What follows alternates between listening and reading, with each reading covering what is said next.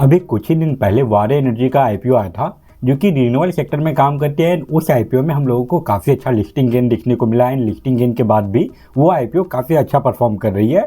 उसके बाद इस वीक हम लोगों को एक काफ़ी इंपॉर्टेंट रिन्यूएबल सेक्टर का एक कंपनी का आईपीओ हम लोगों को देखने को मिल जाएगा जिसका कि नाम ACME सोलर है। तो इस वीडियो में पहले हम लोग इस आईपीओ का कंप्लीट एनालिसिस करेंगे, इसका फाइनेंशियल रिपोर्ट देखेंगे, साथ ही साथ इसका GMP देखेंगे एंड इसके बाद हम लोग लास्ट में ये डिस्कस करेंगे कि कौन सा आईपीओ ज़्यादा बेटर था। क्या वारे एनर्जी का आईपीओ ज़्यादा अच्छा था या फिर ये जो अभी आईपीओ आया है ये ज़्यादा बेटर परफॉर्म करेगा लॉन्ग टर्म में या फिर लिस्टिंग गेन के टाइम में। तो ये वीडियो आप लोगों के लिए काफ़ी यूजफुल होने वाला है, तो वीडियो को एंड तक जरूर देखिएगा। एंड अगर आप इस चैनल पर पहली बार आए तो चैनल को सब्सक्राइब भी कर लीजिए। तो चलिए वीडियो कंटिन्यू करते हैं। सबसे पहले हम लोग इस कंपनी के ऑफिशियल वेबसाइट पे आ गए एंड ये देखने के लिए कि ये कंपनी कैसा कैसा प्रोजेक्ट मैनेज करती है, कैसा कैसा प्रोजेक्ट ये कंपनी कंप्लीट करती है। तो यहाँ पे हम लोगों को स्टार्टिंग में ही ये बताया गया है कि इंडिया का जो मिशन है कि 2070 तक नेट जीरो कार्बन एम्बिशन वाला कंट्री बनना है। तो ये जो प्रोसेस है इसमें ये कंपनी बढ़ चढ़ के काम कर रही है। इसके अलावा स्टार्टिंग में ये मेंशन किया गया कि ये कंपनी अभी तक 3668 मेगावाट का प्रोजेक्ट कंप्लीट कर चुके हैं अक्रॉस 12 स्टेट ऑफ इंडिया। अब बात करें कि ये कौन कौन सा टाइप का प्लांट बनाती है, तो सबसे पहले हम लोगों को सोलर देखने को मिल जाता है। उसके बाद अगर हम लोग यहाँ पे थोड़ा सा नीचे आएँ तो नीचे हम लोगों को हाइब्रिड प्लांट भी देखने को मिल जाता है जिसमें कि सोलर एंड विंड दोनों ही सेक्टर में काम किया जाता है। यहाँ पे आप सोलर प्लांट भी देख सकते हैं, साथ ही साथ यहाँ पे जो विंड टरबाइन लगाया जाता है, विंड एनर्जी जिससे प्रोड्यूस होता है, उसका भी आप प्रोजेक्ट देख सकते हैं। एंड लास्ट में नीचे अगर आए तो ये सिर्फ और सिर्फ विंड टरबाइन लगा के जो विंड एनर्जी जो प्रोड्यूस करती है उसका भी काम करती है। तो ये तो गया इस कंपनी का बेसिक इन्फॉर्मेशन कि ये कंपनी करती क्या है। अब चलते हैं हम लोग इसके आईपीओ डिटेल के ऊपर। अगर हम लोग यहाँ पे ACME सोलर का बेसिक इन्फॉर्मेशन देखें तो ये जो टोटल आईपीओ लेकर आ रही है उसका साइज हम लोगों को 2900 करोड़ का देखने को मिलेगा। यहाँ पे fresh issue and offer for sale दोनों ही है। एंड जितना यहाँ पे फ्रेश इशू है उसका वैल्यू हम लोगों को 2395 करोड़ देखने को मिल जाता है। एंड जो शेयर ऑफर फॉर सेल है उसका वैल्यू हम लोगों को 505 करोड़ देखने को मिल रहा है। यहाँ पे ऑफर फॉर सेल का जो रेशियो है ये सिर्फ 15 से लेकर 20% का है, तो ये काफ़ी अच्छा रेशियो माना जाएगा। वही बात करें इसके प्राइस के बारे में तो इसका जो प्राइस रेंज है ये हम लोगों को 275 से लेकर 289 रुपीज़ का देखने को मिल जाता है। एंड एक लॉट में इसमें आपको 51 शेयर मिलेगा। एंड इसमें बीडिंग करने के लिए जो आपका मिनिमम कैपिटल रिक्वायरमेंट है ये 14,739 रुपीज़ का होगा। वहीं बात करें इसके फेस वैल्यू के बारे में तो वो सिर्फ और सिर्फ 2 रुपीज़ का रखा गया है। नॉर्मली क्या होता है कि जितना भी आईपीओ आता है उसका फेस वैल्यू एटलीस्ट 10 रुपीज़ पर शेयर का तो होता ही होता है। बहुत रेयर केस में जो फेस वैल्यू है ये 10 रुपीज़ से कम का हम लोगों को देखने को मिलता है। इसके अलावा यहाँ पे रिटेल इन्वेस्टर लोगों के लिए एक नेगेटिव पॉइंट ये है कि रिटेल इन्वेस्टर लोगों के लिए जो है यहाँ पे अलॉटमेंट है ये सिर्फ और सिर्फ 10% का रखा गया है। नॉर्मली मेन बोर्ड आईपीओ में ये जो परसेंटेज होता है ये ऑलमोस्ट 35% का देखने को मिलता है, बट यहाँ पे सिर्फ और सिर्फ 10% का अलॉटमेंट रखा गया है रिटेल इन्वेस्टर लोगों के लिए। अब अगर बात करें इसके शेड्यूल के बारे में तो इसका जो आईपीओ का ओपनिंग डेट है ये 6 नवंबर है एंड 8 नवंबर तक आप इसमें बीडिंग कर सकते हैं। अगर आपको इसका अलॉटमेंट मिलता है तो 12 नवंबर को जो आपका शेयर है वो आपके डीमैट अकाउंट में क्रेडिट हो जाएगा। एंड अगर आपको इसका अलॉटमेंट नहीं मिलता है तो फिर उसी दिन जो रिफंड है वो इनिशिएट हो जाएगा। इसके अलावा इसका स्टॉक मार्केट में जो लिस्टिंग डेट है ये 13 नवंबर है। तो ये तो हो गया ये आईपीओ का बेसिक इन्फॉर्मेशन। अब चलते हैं हम लोग सबसे इंपॉर्टेंट पार्ट पे, इसका जो फाइनेंशियल रिपोर्ट है वो देख लेते हैं। इसके फाइनेंशियल रिपोर्ट में अभी हम लोग 2022 का जो डाटा है उसको 2024 से कंपेयर करेंगे। ये 2024 का जो जुलाई का डाटा है ये पूरा का पूरा एक साल का डाटा नहीं, तो इसको अभी हम लोग इग्नोर करने वाले हैं। एंड इसका जो फाइनेंशियल रिपोर्ट है इसमें हम लोगों को थोड़ा बहुत अप एंड डाउन देखने को मिल रहा है। सबसे पहले अगर बात करें इसके एसेट के बारे में तो ये लगातार ईयर ऑन ईयर बेसिस पे लगातार इंक्रीज होते जा रहा है जो कि अच्छी बात है इस कंपनी के लिए।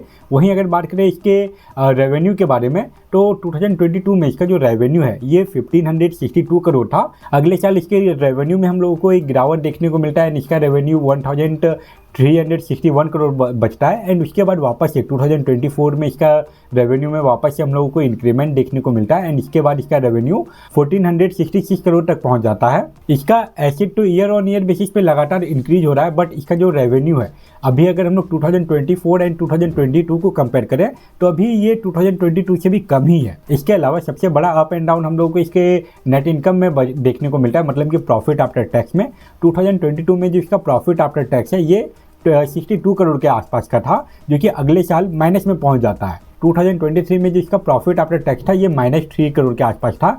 एंड उसके बाद सडनली 2024 में इसका जो प्रॉफिट आफ्टर टैक्स है उसमें हम लोग को एक बड़ा इंक्रीमेंट देखने को मिलता है। एंड आफ्टर ऑल का जो डाटा आता है ये हम लोगों को 967 करोड़ का प्रॉफिट में देखने को मिल रहा है। तो यहाँ पे हम लोगों को काफ़ी बड़ा स्विंग देखने को मिल रहा है। 2022 में जो इसका नेट प्रॉफिट है, मतलब कि प्रॉफिट आफ्टर टैक्स, वो ऑलमोस्ट 70 करोड़ के आसपास का था। अगले साल ये -3 करोड़ पहुँच जाता है। उसके बाद अगले साल ये ऑलमोस्ट +700 करोड़ के आसपास पहुँच जाता है। प्रॉफिट आफ्टर टैक्स में इतना अप एंड डाउन देख के आप ये बोल सकते हो कि ये कंपनी उतना स्मूथ नहीं चल रही है।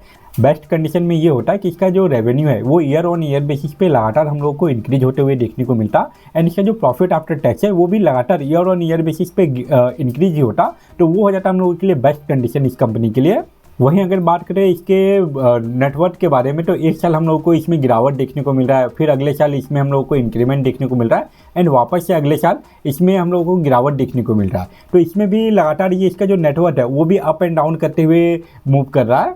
अब अगर लास्ट में इसके बोरोइंग के बारे में बात करें, मतलब कि इसके कर्ज के बारे में बात करें, तो वो काफ़ी ज़्यादा है। इस कंपनी के पास जो रिजर्व है, मतलब कि जो सरप्लस है उसके अनुसार से इसका जो बोरोइंग है वो काफ़ी ज़्यादा हम लोगों को देखने को मिल रहा है।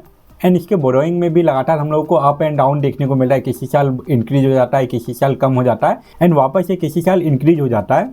तो आफ्टर ऑल इसका जो फाइनेंशियल रिपोर्ट है ये हम लोगों को उतना अच्छा देखने को नहीं मिला। किसी साल हम लोगों को ये कंपनी अच्छा परफॉर्म करते हुए देखने को मिल रही है, अगले साल ये कंपनी घाटा में चली जाती है, एंड वापस से ये अगले साल अच्छा खासा रेवेन्यू जनरेट कर देती है। तो यहाँ पे थोड़ा सा कंफ्यूजन रहता है कि किसी एक साल ये अच्छा खासा परफॉर्म करे एंड अगले साल ये कंपनी अपना जो नेट इनकम है ये माइनस में शो कर दे। ये तो हो गया इसका फाइनेंशियल रिपोर्ट। अब चलते हैं हम लोग इसके वैल्यूएशन एंड मार्जिन के ऊपर। तो वैल्यूएशन एंड मार्जिन अगर इसका देखें तो इसका जो EPS है, अर्निंग पर शेयर, ये IPO आने के बाद 11.54 रुपीज़ रह जाने वाला है। वहीं अगर बात करें इसके PE रेशियो के बारे में तो वो ऑलमोस्ट 25 के आसपास देखने को मिलेगा। एंड अगर हम लोग इसका RONW देखें तो यहाँ पे भी हम लोगों को अप एंड डाउन देखने को मिल रहा है। पहले इसका 2022 में इसका जो RONW है ये 3.25 था, उसके बाद ये -0.17 पहुँचा, एंड उसके बाद अभी का जो इसका करंट RONW है ये हम लोगों को ऑलमोस्ट 27 के आसपास देखने को मिल रहा है। वहीं बात करें इसके EBITDA परसेंटेज के बारे में तो ये हम लोगों को काफ़ी ज़्यादा देखने को मिल रहा है। एक टाइम पे तो इसका EBITDA 90% से भी ऊपर का था, एंड अभी का जो इसका EBITDA परसेंटेज है ये 82.56% हम लोगों को देखने को मिल रहा है। एंड इसका जो डेट टू इक्विटी रेशियो है वो 2024 में 2.66% हम लोगों को देखने को मिल रहा है। वहीं अब अगर बात करें इसके GMP के बारे में तो इसके GMP में अभी कोई भी मोमेंटम नहीं है। इसका जो GMP चल रहा है अभी वो 0 रुपीज़ का चल रहा है। अब अगर बात करें कि क्या आपको ये IPO में अप्लाई करना चाहिए या फिर नहीं करना चाहिए, तो अगर आप सिर्फ और सिर्फ लिस्टिंग गेन के लिए सोच रहे हैं तो आपको यहाँ पे थोड़ा सा वेट करना चाहिए। एक बार इसका बिडिंग ओपन हो जाए एंड उस टाइम पे अगर इसका GMP में अच्छा खासा मोमेंटम होगा, 50% 60% के आसपास का अगर आपको GMP देखने को मिलता है तो फिर यहाँ पे आप अप्लाई कर सकते हैं। अदरवाइज अगर आप बोले कि लॉन्ग टर्म के लिए ये कंपनी कैसा है तो फिर वहाँ पे ये कंपनी 50-50 है, क्योंकि इसका जो फाइनेंशियल रिपोर्ट हम लोग देखें वो हम लोगों को उतना अच्छा देखने को नहीं मिल रहा है। एंड अगर इसको वारे एनर्जी से कंपेयर करें तो उसका फाइनेंशियल रिपोर्ट हम लोगों को काफ़ी अच्छा देखने को मिल रहा था। वो ईयर ऑन ईयर बेसिस पे लगातार ग्रो ही कर रहा था, बट इसका फाइनेंशियल रिपोर्ट हम लोगों को उतना अच्छा देखने को नहीं मिल रहा है जितना कि वारे एनर्जी का था। तो चांसेस है कि लॉन्ग टर्म में ये IPO आपको उतना अच्छा परफॉर्म करते हुए नहीं देखने को मिलेगा जितना वारे एनर्जी करेगा। साथ ही साथ अगर आप बात करें शॉर्ट टर्म के बारे में तो शॉर्ट टर्म में भी ये उतना अच्छा परफॉर्म नहीं करने वाला, क्योंकि वारे एनर्जी का जो GMP है वो स्टार्टिंग से ही काफ़ी ज़्यादा का था। एक टाइम पे तो वारे एनर्जी का GMP 100% से भी ऊपर का चल रहा था। अगर इसका GMP में उतना अच्छा मोमेंटम आना होता तो ऑलरेडी इसका GMP में भी हम लोगों को 20% 30% का मोमेंटम देखने को मिल जाता। फिर भी अभी ये IPO का बिडिंग ओपन होने में काफ़ी दिन बाकी है, तो चांसेस है कि इसका GMP में भी हम लोगों को थोड़ा बहुत मोमेंटम देखने को मिले। जब ये IPO का बिडिंग ओपन होगा एंड उसके GMP में अगर कोई मोमेंटम होता है तभी मैं आप लोगों के लिए एक अपडेटेड वीडियो लेके आ जाऊँगा कि आपको ये IPO अप्लाई करना चाहिए या फिर नहीं करना चाहिए। तो वो सारे वीडियो को देखने के लिए आप मेरे चैनल को सब्सक्राइब भी करके रख लीजिए। तो फिलहाल इस वीडियो में इतना ही। आई होप आपके लिए ये वीडियो यूजफुल रहा होगा। एंड अगर आपको ये वीडियो पसंद आए तो वीडियो को लाइक जरूर करें। एंड अगर आप इस चैनल पर पहली बार आए तो चैनल को सब्सक्राइब भी कर लीजिए। तो इस वीडियो को यहीं पर एंड करते हैं। Thank you for watching this video.